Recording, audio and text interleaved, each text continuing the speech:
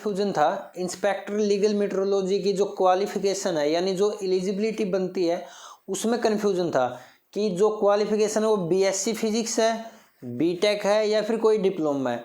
तो ये कन्फ्यूजन क्यों क्रिएट हुआ, ये एचएसएससी में एक छोटे से कोम्मे की वजह से हुआ। जो एचएसएससी में लिखा है और जो ऑफिशियल वेबसाइट है फूड एंड सप्लाई की वहाँ लिखा है उसमें सिर्फ एक कोम्मे का डिफरेंस है। देखो क्या है, जो ऑफिशियल वेबसाइट है graduate physics as one of the subject, यानी आप ग्रेजुएट होने चाहिए, उसमें आपको मतलब एक फिजिक्स सब्जेक्ट होना चाहिए आपके पास, कोमा टेक्नोलॉजी या इंजीनियरिंग। ठीक है, मतलब देखो वैसे तो ग्रेजुएशन में आपने कोई शब्द नहीं सुने होंगे, ठीक है, या फिर डिप्लोमा इन इंजीनियरिंग, यानी आप अगर बीटेक है आपके पास फिजिक्स है या फिर बीएससी है आपके पास फिजिक्स है। ओवरऑल आपको मैं बताऊं, अगर आप बीएससी फिजिक्स है तो आप एलिजिबल है, ठीक है, आपको घबराने की जरूरत नहीं है, ठीक है, या फिर डिप्लोमा कर रखा आपने इंजीनियरिंग में पॉलिटेक वगैरह में तो भी आप एलिजिबल है, ठीक है। तो फिजिक्स होना चाहिए आपके पास, मेन तो ये था। तो काफ़ी बच्चों का तो सिर्फ यही डाउट था, सर मैंने बीएससी फिजिक्स किया क्या मैं एलिजिबल हूँ, तो आप एलिजिबल है, ठीक है, तो इसमें कोई इशू नहीं है। जो ऑफिशियल वेबसाइट है और एचएसएससी का जो नोटिफिकेशन था उसमें सिर्फ एक कोम्मा का डिफरेंस था, ठीक है। तो उम्मीद करता हूँ आपका ये कन्फ्यूजन दूर हुआ होगा। सेकंड है, क्या इसमें 4 गुना से कम बच्चे हैं।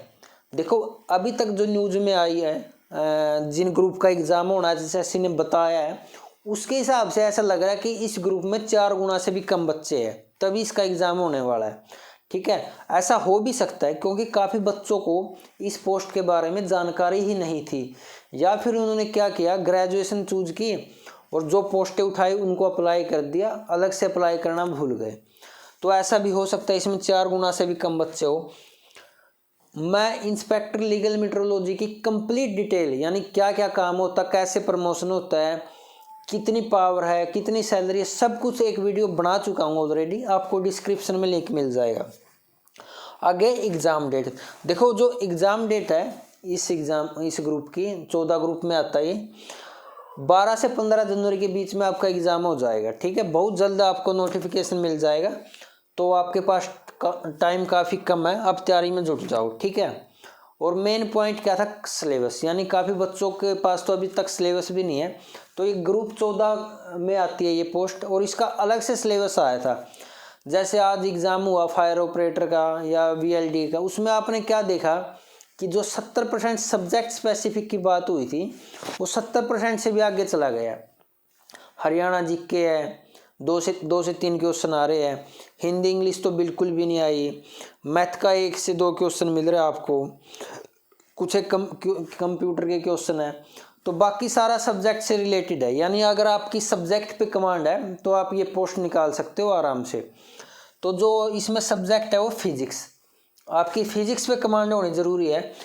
जो इसका सिलेबस है बिल्कुल टॉपिक वाइज, मैं पूरी पीडीएफ आपको टेलीग्राम पे उपलब्ध करवा दूंगा, डिस्क्रिप्शन में लिंक है।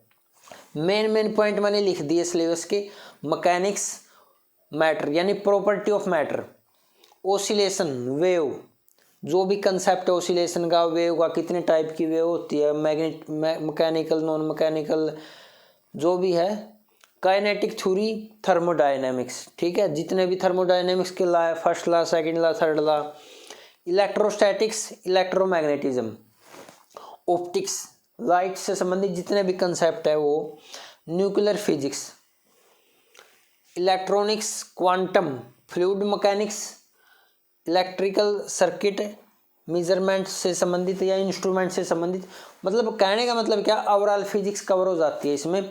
और क्या क्या टॉपिक है आप पीडीएफ से नोट कर सकते हो, तो आप जुट जाओ, काफ़ी कम टाइम है, तो आप पीडीएफ डाउनलोड कर सकते हो टेलीग्राम चैनल से।